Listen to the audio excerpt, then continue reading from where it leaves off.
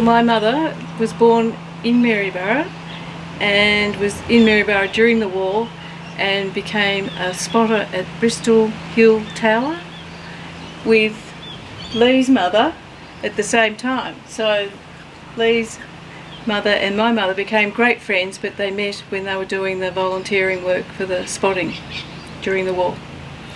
The spotters Jan's talking about was, in fact, they were part of the Volunteer Air Observers Corps, and it was an organisation that was formed for the defence of Australia at the start of 1941, I think it was. Australia has about 60,000 kilometres of coastline, and after the experience of the Japanese attacking Pearl Harbor, it was decided that Australia urgently needed some form of early defence system. So the Volunteer Air Observers Corps was set up, 24,000 people involved and about 2,600 spotting sites. It was under the genesis or under the control of the Royal Air Force, but it was set up, the coastal ones were to look for aeroplanes and also enemy shipping, and of course the inland ones were looking for aeroplanes. But it sounds very serious, but they did have a lot of fun.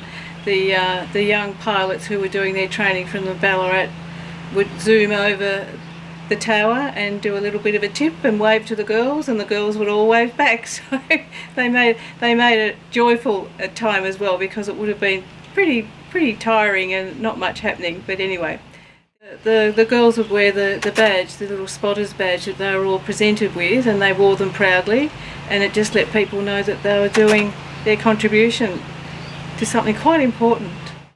One of the interesting aspects of the girls working as spotters on top of Bristol Hill was, of course, that transport being what it was in those days, the girls were bike riders. They had to ride their bikes everywhere to get about much, although Jan's mother's family did have a car that she used to use occasionally.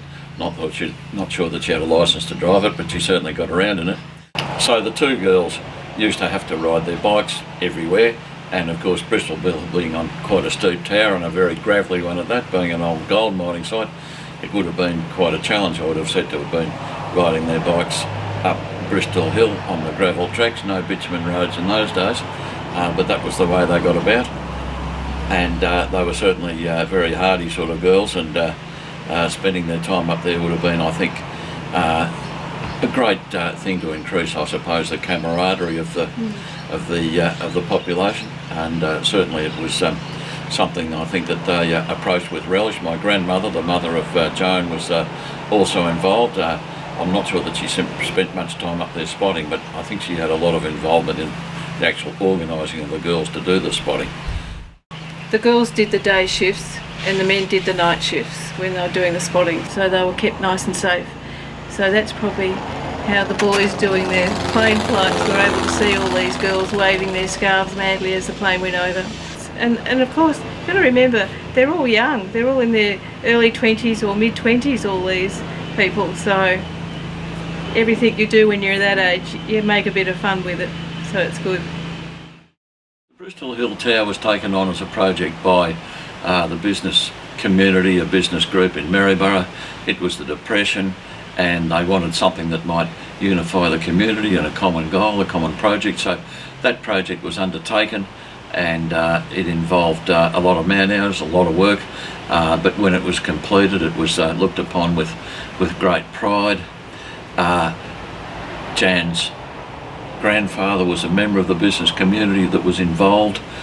He was a community-minded sort of person, and he had some involvement both with the construction and with later down the track with looking after the gardens. Well, my grandfather would go and look after the garden with another gentleman. They'd go up there and keep an eye on the garden. So it was very important to the people in Maryborough to recognise the early pioneers, and for what they had done. And it was something that everyone appreciated, and it's sort of lost its importance to people, I think, because they don't know enough about the history of it. I recall it as a young bloke. We used to go up there and climb the tower and have a look over the town, and I think it was in pretty good condition then. It's, I suppose, fell on Hard times a bit. One of the disadvantages with the tower is that it's not necessarily on any main arterial road, and maybe it takes a bit of finding. I know when Jan and I went there to have a look recently, I hadn't been there for a number of years, and I had to think a bit before I got on the right road to actually get to the tower.